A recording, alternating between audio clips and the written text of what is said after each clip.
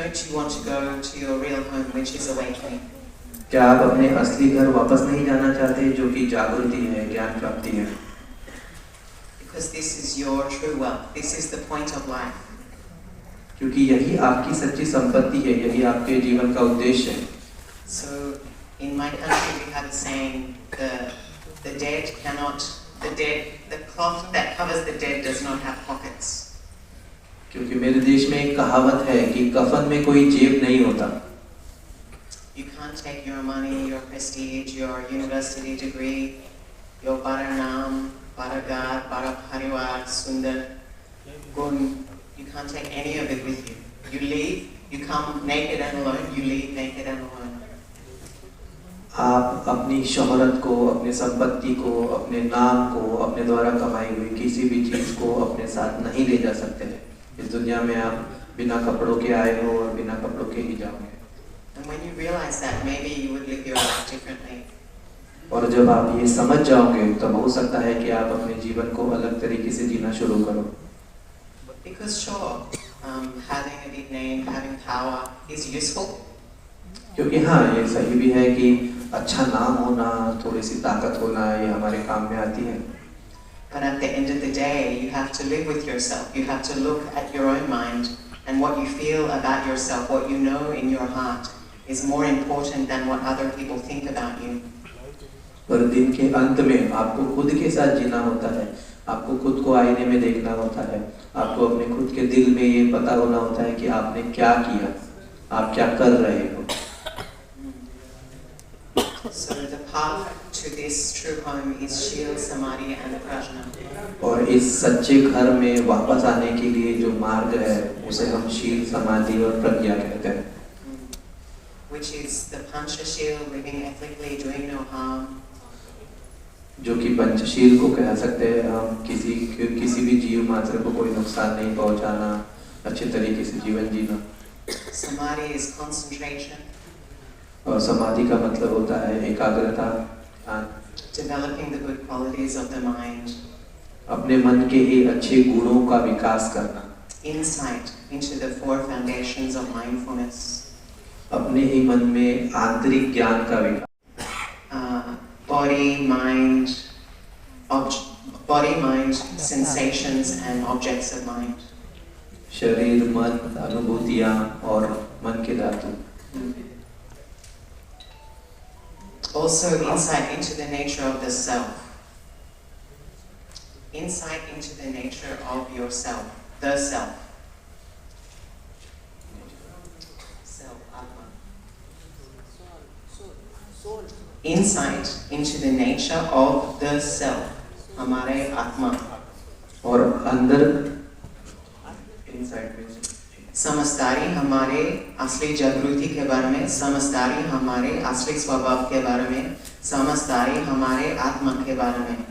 क्योंकि दिन भर हम हमारे आत्मा पकड़ना, मैं मेरे परिवार, वो चीज़ मैं पसंद, and we have द्वेष, वो चीज़ हम पसंद नहीं, and हमारी जिंदगी is based on these things, this grasping and pushing away and indifference. और हमारी जिंदगी इन बातों पर निर्भर हो जाती है, चीजों को पकड़ कर रखना, नापसंदी, पसंद नापसंद के भेद को जानना। So Shil, Samadhi, developing the mind, living in the present moment, returning to peace, following the breath throughout your day, through all your activities.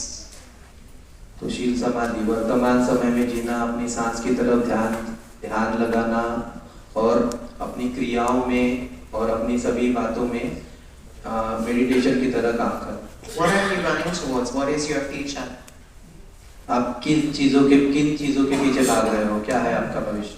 And when will you stop and just understand yourself? और आप कब रुकोगे और कब आप खुद को समझोगे?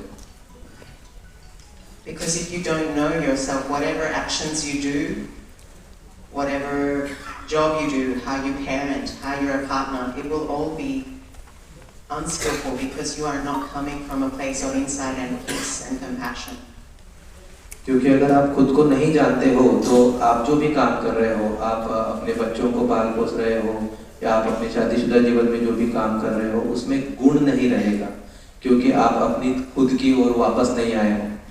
Shil Samadhi Prajna. Prajna means insight into the nature of how things are. और प्रज्ञा का मतलब है कि चीजों के असली स्वभाव को जानना। So when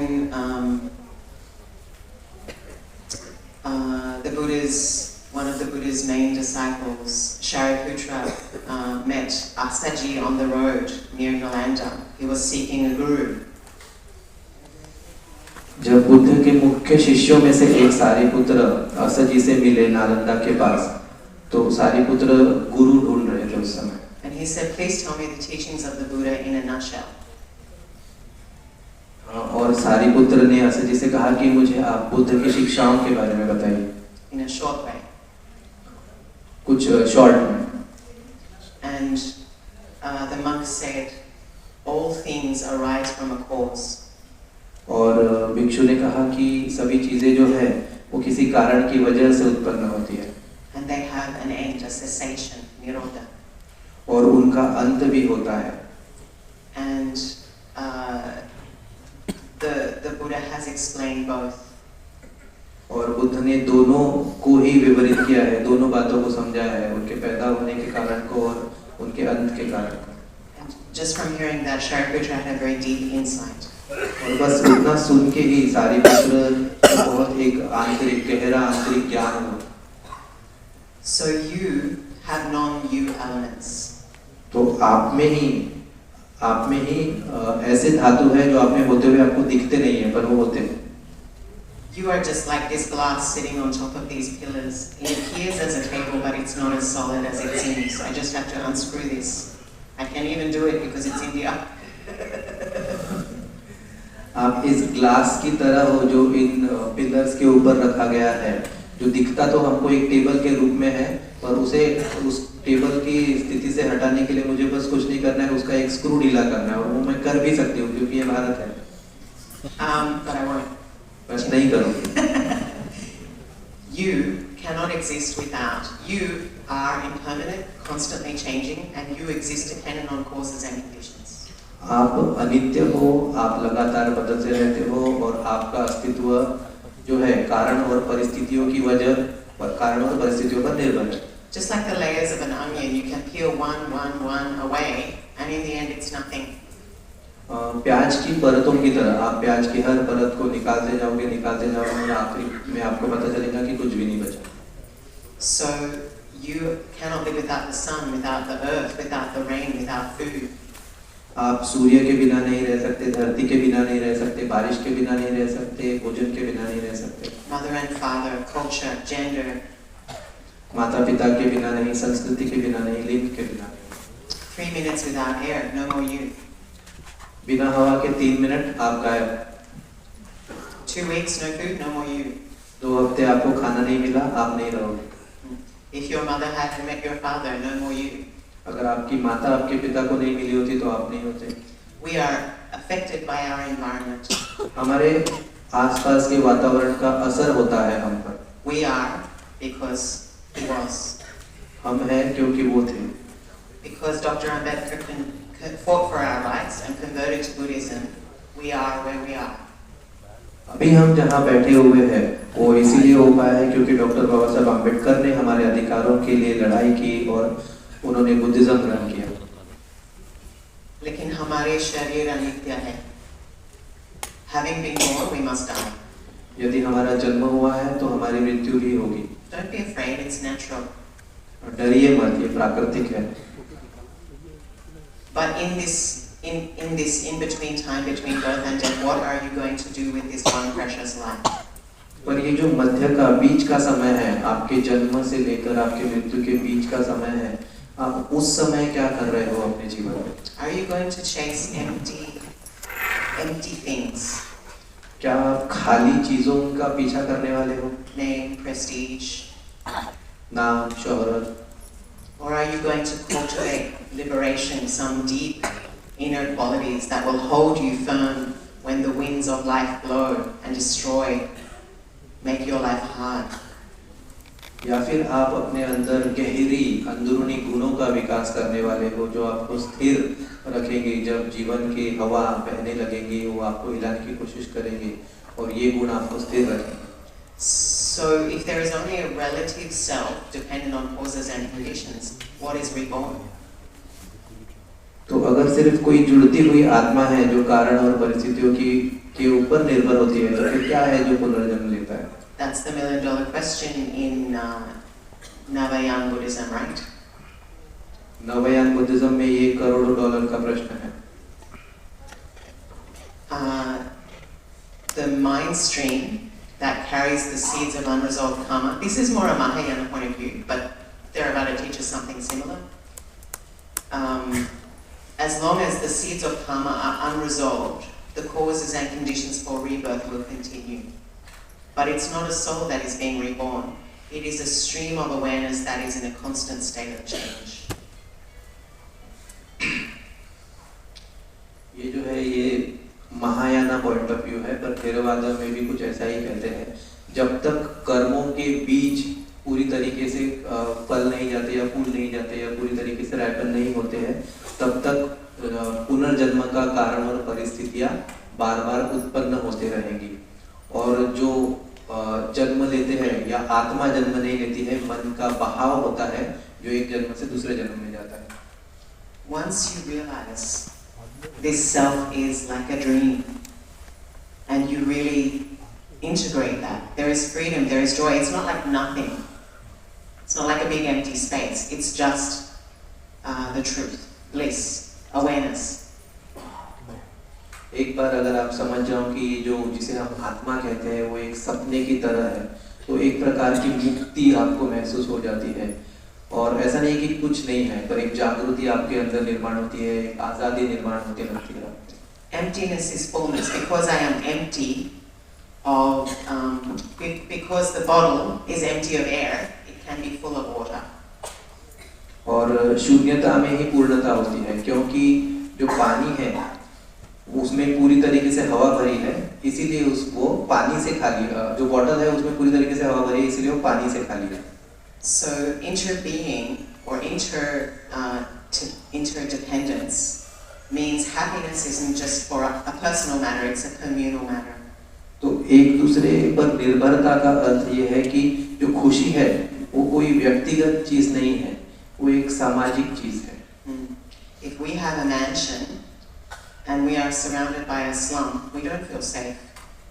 अगर हमारे पास महल है और उस महल के चारों ओर झोपड़पट्टी है, तो हम सुरक्षित नहीं महसूस करेंगे। Like Mumbai, 70% of the population living in a slum. 70% वहाँ की जनसंख्या झोपड़ियों में रहती है। You see the blue tin, and then you see the towers of the rich. आप नीले नीले टीन देखोगे और फिर उसके बाद आप देखोगे बड़े बड़े अमीरों की building towers. But those poor people are raising the rich people's children, making their food, guarding their doors, driving their cars, cleaning their houses. पर वही गरीब लोग हैं जो उन अमीरों के बच्चे बड़े कर रहे हैं, बच्चों को बड़ा कर रहे हैं, उनके लिए खाना बना रहे हैं, उनके घर की देखभाल कर रहे हैं, उनके लिए गाड़ियाँ चला रहे हैं। That's why we have compassion, because we are all interconnected and everybody has Buddha nature. So no one should be seen as lower. और इसीलिए हमारे अंदर करुणा होनी चाहिए, क्योंकि हम सभी एक दूसरे से जुड़े हुए हैं और कोई भी जो है वो नीचा या हमसे कम नहीं है। And every job should be respected. We should give our workers respect, work dignity, pay them a fair living wage, and respect them as an equal human being, even if they are doing a very simple job. That job is needed. With no farmers, we don't eat and we all die. So farmers are very important. और इसीलिए हमने सबका आदर करना चाहिए। हमारे workers जो है, हमारे लिए काम करने वाले लोग हैं, उनका भी आदर करना चाहिए, उनके काम का आदर करना चाहिए और किसानों का भी आदर करना चाहिए। बिना किसानों के हम जी नहीं सकते। अगर किसानों ने खेती करना बंद कर दिया तो हमें भोजन मिलना बंद हो जाएगा। So getting back to the outer yatra. तो बाहरी यात्रा की तरफ वापस आते हैं। There is Bodh Gaya, where the Buddha got enlightened under the Bodhi tree. बौद्ध गया है जहाँ पे बोधि वृक्ष के नीचे बुद्ध ने ज्ञान प्राप्ति की है। There is Sarnath in Varanasi, where he gave his first teaching. Sarnath है वाराणसी में, जहाँ पे बुद्ध ने अपनी पहली शिक्षा दी थी। There is Sujata Stupa, and nearby where the Buddha is believed to receive rice from Sujata. Sujata स्तूप है और उसी के पास एक जगह निरंजना नदी के किनारे जहाँ पे बुद्ध सुजाता ने बुद्ध को राइस दिया था। There is Dungeshwari nearby Bodh Gaya, where the Buddha did harsh practice that he later gave up as an extreme path. Dungeshwari की गुफा है जहाँ पे ऐसा कहते हैं कि बुद्ध ने शरीर पीड़न तप किया था, तपस्या की थी, कठिनाइयों वाली तपस्या, जिसको बाद में बुद्ध ने छोड़ दिया था। There was Rajgir, the site of the first Buddhist council. Rajgir है जहाँ पे पहले बुद्धिस्ट जो समाज थे, काउंसिल थे, उनको दिखा गया था। Where the teachings were compiled and preserved. जहाँ पे शिक्षाओं को शिक्षाएं मिली थी और शिक्षाओं को संभाल के रखा गया था। There is Grita Kutta Hill, where the Buddha delivered many of his teachings, especially the Heart Sutra. गृद्धकुट पहाड़ है जहाँ पे बुद्ध ने अपनी बहुत सारी शिक्षाएं दी और खास तौर पर हार्ट सूत्र। And caves where his disciples stayed. और गुफाएं हैं जहाँ पे उनके 3 मुख्य शिष्य रहते थे। There is Sankisa. It is near Farrukhabad in Uttar Pradesh.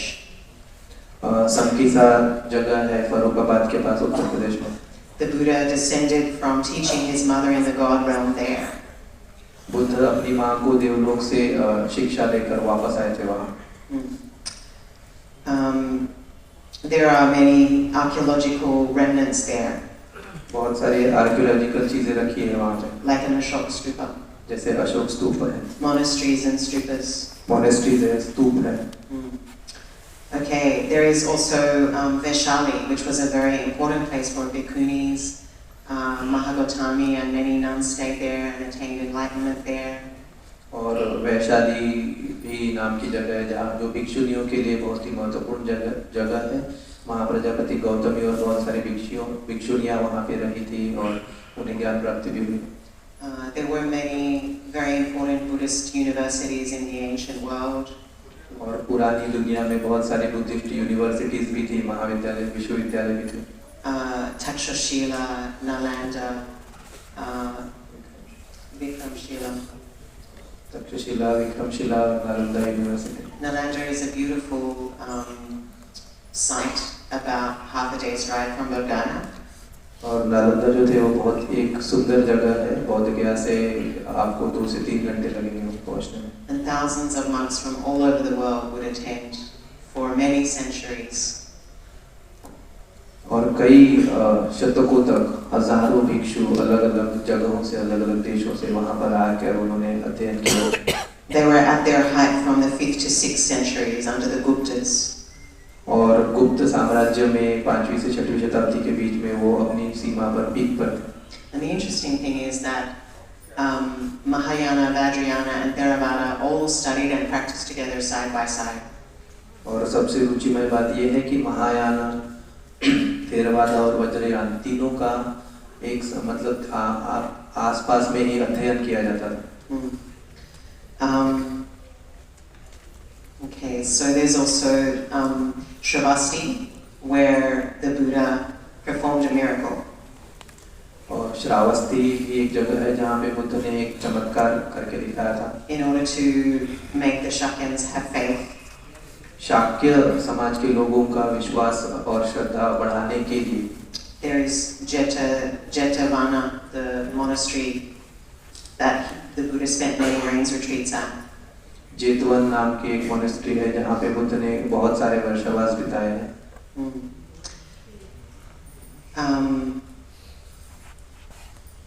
Okay, there is Kasaria, which is an ancient, very large stupa, one of the largest stupas in the world.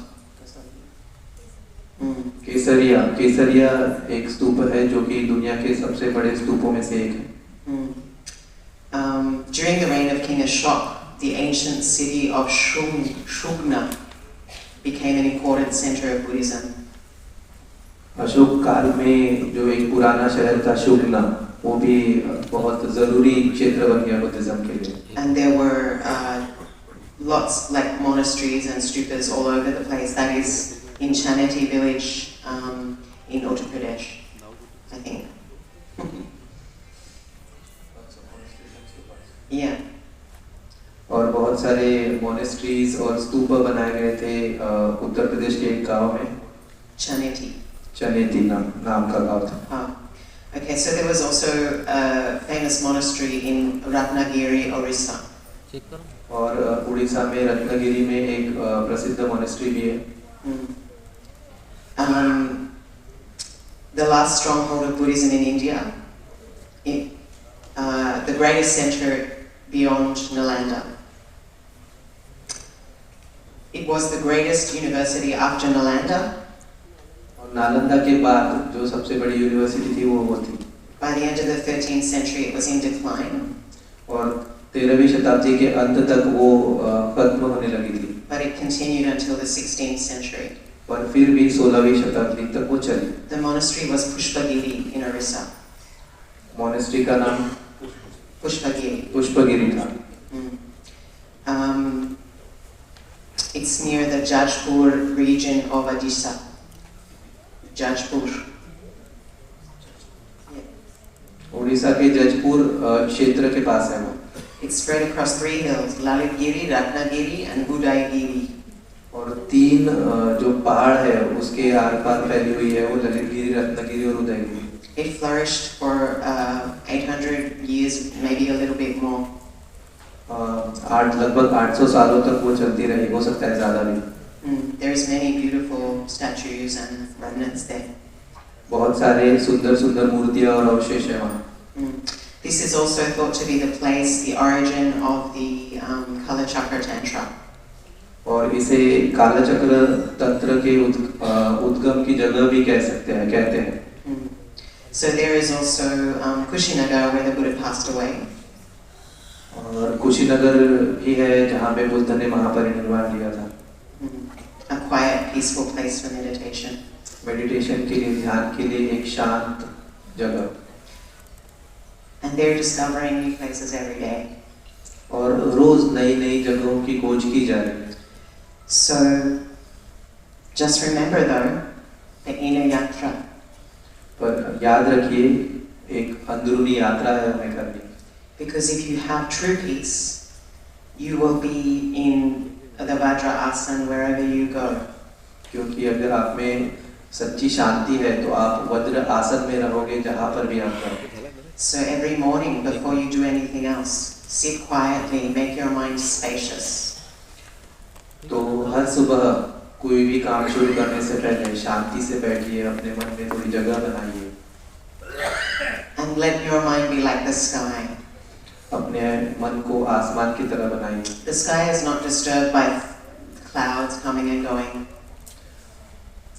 आसमान में बादलों के आने जाने से आसमान को कोई डिस्टर्बेंस नहीं होता, कोई फर्क नहीं पड़ता। The ocean is not disturbed by waves. समुद्र को उसकी लहरों से कोई फर्क नहीं पड़ता। Waves arise, abide, and dissolve. They are water. लहरें जो है वो उत्पन्न होती है, रहती है और फिर घुल जाती है, पानी बन जाती है। But the depth of the ocean is always calm. पर समुद्र की गहराई हमेशा शांत होती है। So watch your feelings, good, bad, pleasant, unpleasant. Just watch them and let them go. तो अपनी भावनाओं को देखिए, अच्छी, बुरी, पसंद आने वाली, नापसंद आने वाली, और उन्हें जाने दीजिए। Don't make a story about them. उनकी कहानियां मत बनाइए। Don't make it all about you. अपनी भावनाओं को खुद पर हावी मत होने दीजिए। Because the clouds may be there, but the blue sky is always above. क्योंकि भले ही आपको बादल दिखते होंगे पर उसके ऊपर नीला आसमान हमेशा दिखता है। We can become so obsessed by our thoughts and our feelings that we are ready to kill someone. हम अपने विचारों और भावनाओं को इतना हावी होने दे सकते हैं कभी कि हम किसी की हत्या करने के लिए भी तैयार होते हैं। Or commit violence or oppression or dehumanize someone. या कोई हिंसा करे या किसी के ऊपर अत्याचार करे या अमानवीय व्यवहार करे किसी के साथ। And we don't question who is in the driver's seat of our life. और हम ये प्रश्न भी नहीं पूछते कि हमारे जीवन की जो ड्राइवर सीट है उस पे कौन बैठा है। We say we want equality for everyone. हम कहते हैं कि हमें सभी के लिए समानता चाहिए। लेकिन चाय बनाओ, चुपचाप रहो, लड़ाई मत करो. We say we want equality, but we don't give equality to half the population. हम कहते हैं कि हमें समानता चाहिए, पर आधी जनसंख्या को हम समानता देते नहीं. It's hypocrisy. ये ढोंग है. You can't say you don't want upper caste people to oppress you and then oppress your own partner. आप ऐसा नहीं कह सकते हो कि आप ये चाहते हो कि ऊंची जाति के लोग आप पे कोई दबाव न डाले या आप पे कोई अत्याचार नहीं करे और फिर आप खुद ही घर जाके अपने पार्टनर पे अत्याचार करते हो. You can't say you want to end Lingabed and oppress your own children. आप ये नहीं, आप खुद के ही बच्चों को दबा के रखते हो और फिर आप ऐसा नहीं कह सकते कि आपको लिंग भेद खत्म करना है. Because we are all interconnected and our well-being lies together, our future lies together. क्योंकि हम सभी एक दूसरे से जुड़े हुए हैं और हमारी अच्छाई, हमारा कल्याण एक दूसरे के ऊपर निर्भर है, हमारा भविष्य एक दूसरे के ऊपर निर्भर है. When we hate each other, when we oppress each other, when we don't respect each other, it affects everyone in the family and everyone in the community. जब हम एक दूसरे से नफरत करते हैं, जब हम एक दूसरे के बारे में बुरा सोचते हैं, एक दूसरे को दबाने की कोशिश करते हैं, तो उसका असर हमारे पूरे परिवार पर होता है और हमारे समाज पर होता है. So I probably should finish, but I'll just finally say something about Bodhicitta Foundation. मैं लगभग खत्म ही करने वाली हूँ, बस बोधिचित्ता फाउंडेशन के बारे में आपको कुछ बताना चाहती हूँ. So I've been in Nagpur 16 years. मुझे 16 साल हो गए नागपुर में. I ordained in 2001. 2021 में मैंने प्रवचन ली थी. Thich Nhat Hanh gave me vows as a bhikkhuni. Thich Nhat Hanh जी ने मुझे भिक्षुनी की प्रवचन दी थी. First I was studying in Dharamsala. I studied in a Tibetan monastery and Theravadan monasteries for about 8 years. पहले मैं धर्मशाला में अध्ययन कर रही थी, तिब्बतन मोनेस्ट्रीज में और थेरेवादा मोनेस्ट्रीज में लगभग 8 साल के लिए. But then I came to Nagpur and I was like really fascinated. और फिर मैं नागपुर में आई और फिर मैंने नागपुर को देखा तो बहुत उत्सुक हो गई. I missed engaged Buddhism. और मुझे जो इंगेज बुद्धिज्म है, मतलब जो उपासक उपासिकाएं उनके साथ मिलकर काम करना बहुत याद आता था. And I thought this is like a bodhisattva's paradise. और फिर मुझे ऐसा लगा कि नागपुर तो बोधिसत्व के लिए स्वर्ग की जगह है. When I was in Bodh Gaya, I just saw there's 2 kinds of people. There is the air-conditioned marble ashram where people meditate, and there is the outside where girls are married at 14 and dead by 45 after having 7 children. जब मैं बोध गया में थी तब मैंने 2 प्रकार के लोगों को देखा. एक प्रकार के लोग थे जो मार्बल के जगह पर रहते थे, वहाँ पे ध्यान करते थे, और फिर उसके बाहर वो लोग रहते थे जहाँ पे लड़कियों की शादी 14 साल की उम्र में की जाती थी और 45 तक उन लड़कियों की मृत्यु हो जाती थी 7 बच्चे होने के बाद. And I thought, which side of the barbed wire do I want to be on? Which side would the Buddha be on? और फिर मैंने विचार किया कि उस बॉब वायर जो कंपाउंड था बीच में, उसके कौन से साइड में मुझे रहना है, या बुद्ध कौन से साइड में होते अगर वो होते तो. It was there that I decided I should help Indians, and then immediately karma drove me. I met an Ambedkarite who invited me to Nagpur.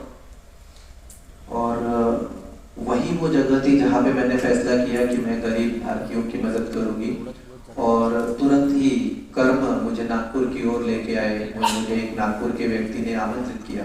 And first I just did Bhujan Dan, puja like that. और शुरुआत में मैंने भोजन दान करना शुरू किया या पूजाएं की लोगों के घर में. But someone handed me a dying baby.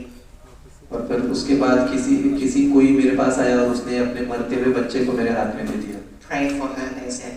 और उन्होंने कहा कि इसके लिए प्रार्थना करो. And I thought for $2 I could save this baby's life. और तब मुझे एहसास हुआ कि $2 में मैं इस बच्चे की जान बचा सकती हूँ. I come from a rich country. मैं एक अमीर देश से आई हूँ. I could save many people. मैं बहुत सारे लोगों की रक्षा कर सकती हूँ. Women would show me the bruises from their husband beating them. अपने पति द्वारा मार खाने के बाद महिलाएं अपने घाव मुझे दिखाती थी. I'm not saying all men are like that. I'm just saying that's a reality for some people. मैं ऐसा नहीं कह रही हूँ कि सभी पुरुष वैसे हैं. मैं बस ये बता रही हूँ कि कुछ लोगों के लिए ये सच्चाई है. So I couldn't ignore these things.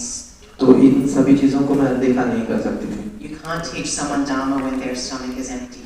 आप ऐसे व्यक्ति को धम्म नहीं सिखा सकते जब यदि उनका पेट खाली है, When they thirst for justice and human rights. जब उन्हें न्याय की, मानवाधिकार की भूख है। That is why Baba Sahib did what he did. और इसीलिए बाबा साहेब ने जो भी किया यही उसका कारण है, To lift you up. आपको ऊपर उठाया। So then I started, sponsoring kids, a girls' home, women's job training. और फिर मैंने बच्चों को स्कूल के लिए स्पॉन्सर करना शुरू किया, लड़कियों के लिए गर्ल्स हॉस्टल बनाया, महिलाओं के लिए वुमेन्स जॉब ट्रेनिंग शुरू कराया। 16 years, no one has offered us any land. 16 साल हो गए और किसी ने कोई जमीन दान नहीं की अब तक। No one except one group has offered us money. एक समूह, एक ग्रुप है, उनके अलावा किसी ने हमें पैसा दान नहीं किया। Everybody says, come to my house, eat food, but nobody comes for a Dharma class. हर कोई कहता है कि मेरे घर आइए, मेरे घर आकर भोजन दान कीजिए, पर कोई धम्म क्लास के लिए नहीं आता। It broke my heart a bit. इससे मेरे दिल को धक्का लगा थोड़ा। Because I'm not just interested in prestige or appearances, I'm interested in real Dharma practice. क्योंकि मैं अपने नाम को बहुत ज़्यादा बड़ा करने के लिए शोहरत पाने में रुचि नहीं रखती, मैं धम्म में रुचि रखती हूँ। Life is too short for nakli cheese. नकली चीज़ों के लिए जीवन बहुत छोटा है। So now we have we have the Bhikshuni Niwas in Samtanagar. अभी समता नगर में हमारे पास भिक्षुनी निवास बन रहा है, तैयार हो रहा है। After 16 years, what I can afford is a house in a slum area. 16 साल के बाद मैं सिर्फ समता नगर में एक स्लम एरिया में एक छोटा सा घर सिर्फ पा सकी। I have given away $1 million to American people. 1 million. अगर 16 साल के मेरे काम का पूरा हिसाब लगाया जाए तो लगभग $1 मिलियन मैंने भारतीय गरीब लोगों के लिए खर्च किया है। I have 23 employees. और मेरे पास 23 एम्प्लॉय हैं। Anyway, this is what we do. So I should give you over to this wonderful Bhikshuni next to me, who is also an inspiring practitioner and speaker, and I'm sure you'll give her the same kindness and attention you gave to me. Namo Buddhaya. और यही मुझे कहना था, और अब मैं आप सभी को ये अद्भुत भिक्षुनी जो मेरे बाजू में मैं उनको सौंप रही हूँ, और मैं ये आशा करती हूँ कि जितना प्यार और जितना प्यार से मुझे सुना, उतने ही प्यार से आप उन्हें भी सुनेंगे, उतने ही आदत से आप उन्हें भी सुनेंगे।